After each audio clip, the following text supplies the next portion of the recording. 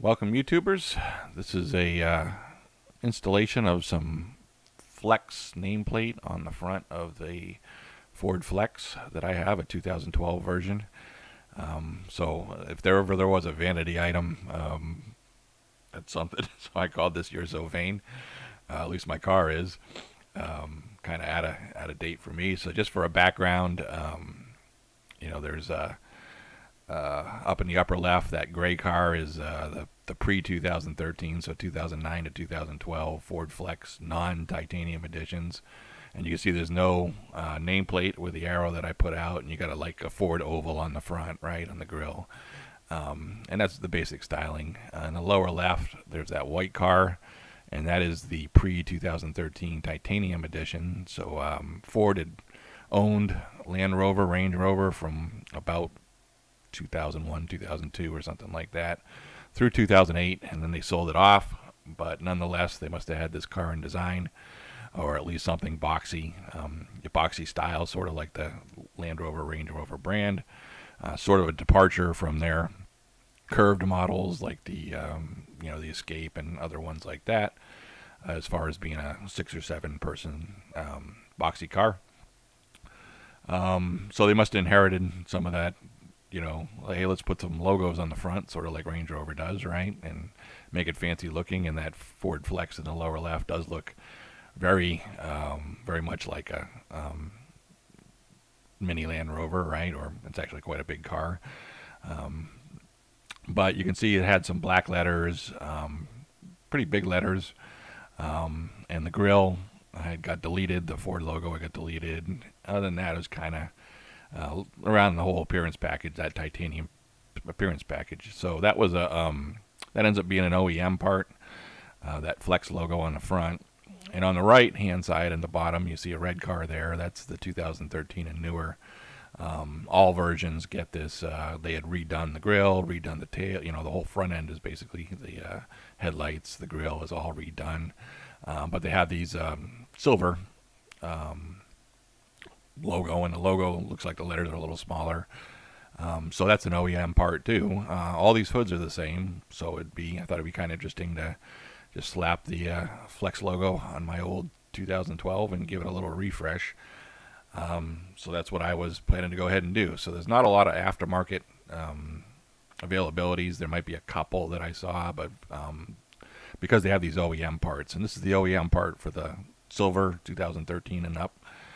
They also have an OEM part for those black Flexes, but I decided the silver would look a little better. I have a lot of silver trim and silver chrome-ish looking front. So technically they call it titanium, these letters, but they're very silver in color. So you can order this part, and I was tuning in. You don't get any instructions or anything else like that. Basically, this template comes in, and I knew I'd get it on a template. And it's, I was watching, and I'll talk a little bit about the Explorer boards, because the Explorer started putting letters on the front of their truck too. Not that like there wasn't an old Super Duty and stuff that you couldn't take a look at too, maybe. But, it came in, it doesn't have any instructions. And what was really discerning to me is it's curved. The template is very straight. But the Flex, you can see that the X is a lot higher from the bottom than the E is, and the same thing when you get around to the F on the other side. So I had some concern about, putting these letters on correctly and at the right distance. It's kind of difficult to do. And when it came in curved, the engineer in me said, wow, I know that the hood is, tilted back and it's a wraparound, right? But that doesn't make any sense to me. So you can't use the bottom as a guide. And so now that gets a little tricky. I guess what I was leading to when I was talking about the Explorer, and I'll talk a little bit more about that in a second, but there was a funny post in a thing saying, sit down when you see the price of this thing. So this thing is like roughly $100. It's like $25 a letter for some plastic letters, which is just a ridiculous price. So anyways, when this comes in, it's got a plastic front layer. It's got sort of a foamish middle that those letters are held in with the cutouts, and then in the back sort of has it's not loose, but it's made to come off another layer of stuff that peels back, and it's got some thickness to it. and exposes the OEM adhesive.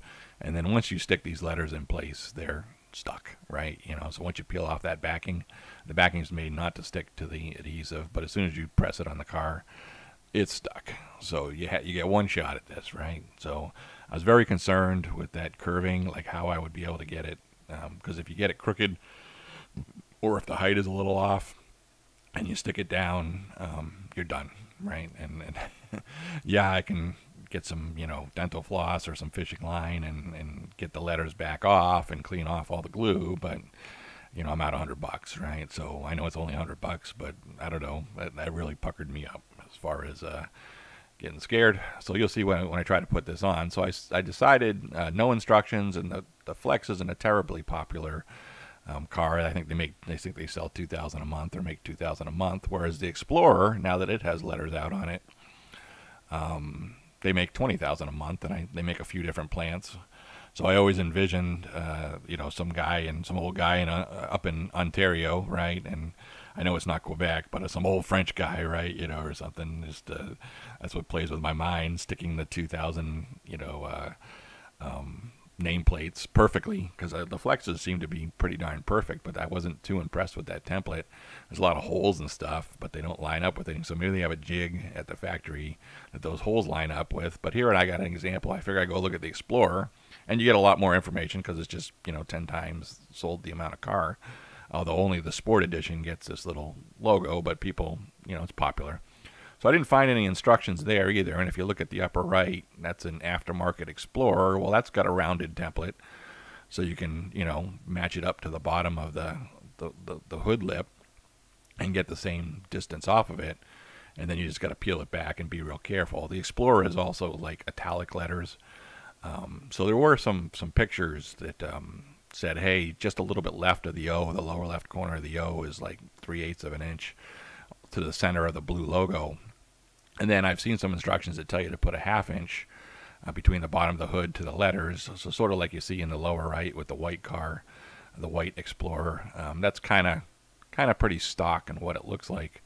But that template's not going to help you get that 1/2 inch. So I was a little concerned about that. And the more and more I looked at this, the Explorers are, you know, kind of all over the bench. I know probably multiple people made them. Don't have a little old guy in Ontario doing it. But if you look at the upper left, that red Explorer, I mean, that's way down near the bottom of the hood. That black one in the lower left is pretty high up, and then that white one on the bottom right is sort of in the middle. So they're kind of all over the place. At least they're not a two-parter like the Range Rover, where the first 4 letters, although I did see some aftermarkets where, so you got like Range Rover, the Range is on one and Rover's on the other, and you got to try to put 2 of them on and get them to line up. That gets to be quite an exercise. It's not impossible, obviously. I'm just making it a bigger task than what it is. But again, remember, when you stick these letters down, they're done. And then if you walk away and look at it, you're doing it up close. And it's a little more difficult than you think. So while I was on those boards, I didn't get good instructions, but I did have this guy take a picture of his stock Explorer. And holy mackerel. Now, he ended up fishing lining it off and just leaving it stock. Because back then, this is a few years back, these things from the Explorer were selling for $199 or over $200. They've come back down to $100. So I feel like I'm getting cheated as the Flex, right? Even though I got that nicer insert to put a template to put it on, I'm paying $25 a letter. These guys got twice the letters, right? But yeah, he wasn't buying it for $200. And so, but look at that Explorer. Look at how far off to our view to the left, the car's view to the right. You know, talk about quality control. So just hilarious how far off that would drive me nuts. I'd probably have to take it off too. Probably should have took it back to the dealer as a defect, but man, anyways, that was just a side story. So I didn't really get instructions on how to do it. So here's my car, which is a red 2012. And you can see I've got it lined up in the upper left, and it's not lined up on the car at that point, but you can see there's just no reference. It's not as wide as the hood. Nothing really to get you from it going. So in the lower left, I did my best to kind of line up. I don't know if that hole in the middle of the template wasn't really in the middle either. So it was just kind of weird to me. So I just kind of lined up the inside of the L and the inside of the E relative to the logo, the badge, the Ford badge that I have on my car. Otherwise, if I didn't have that grill, I'd probably have to mark the center, try to take a look there. And then I also, the 2 points where I've got the arrows going to, I tried to line up. Again, the inside is a little squishy, and it's sort of like an ice cream sandwich, you know, not quite that bad. But, you know, if you're an ice cream sandwich, as it melts and slides around, that inside wants to swirl around on you. You definitely don't want that. So I tried to line up the front layer or the top layer, because the bottom layer is, you know, if you grab it on the side, you feel 2 layers, and then you got sponge in the middle. So it's not really easy to line up. But anyways, I took the outside of the L and the outside of the E and lined it up with the bottom of the hood to try to get, you know, your tilt correct. And then it's really squirrely because you can't see through the template. You know, you try to press it out, and I think the X and the F were kind of, using my finger as a guide, right, kind of at the same height up the hood, so it's a little sketchy. Anyways, I used some painter's tape, taped it down. Of course, where the center is, it's up the hood a little bit, you know, just a margin of an inch, you know, parts of an inch. But the overhang where the X and the F's are way down, you know, below the hood. So again, the hood curves away from you, but this template doesn't. So anyways, got it lined up. I thought it was going to be okay, but it's pretty much go, go, go. I tried to peel, you know, one side of the X off, but that backing, when you fold it underneath, like just do the X or something, it really occupies, it creates a bubble. You know, when it folds over, it doesn't fold over flat, and then you get this crease in the template. So really, ultimately, I just grabbed my wife basically and used 2 hands here. It's really a 2-handed job. Maybe you could get it done with 1, but you have to take the whole backing off, and then just I worked out from the center and sort of got the center down, put the E and the L, pressed it on, and then just kind of, as you know, kept the F and the X off the hood, and then kind of squeegeed out flatly using my hand and getting the X there. Anyways, it turned out, I think, pretty well to the naked eye. So on the right and the lower right, you see that's kind of what it looks like. That same picture on the side, you can see that template exists, and I guess this is how you use it. But yeah, all those holes and stuff don't mean anything for you. So I did my best, stuck it on. Hey, it was only $100, right? You know, one shot.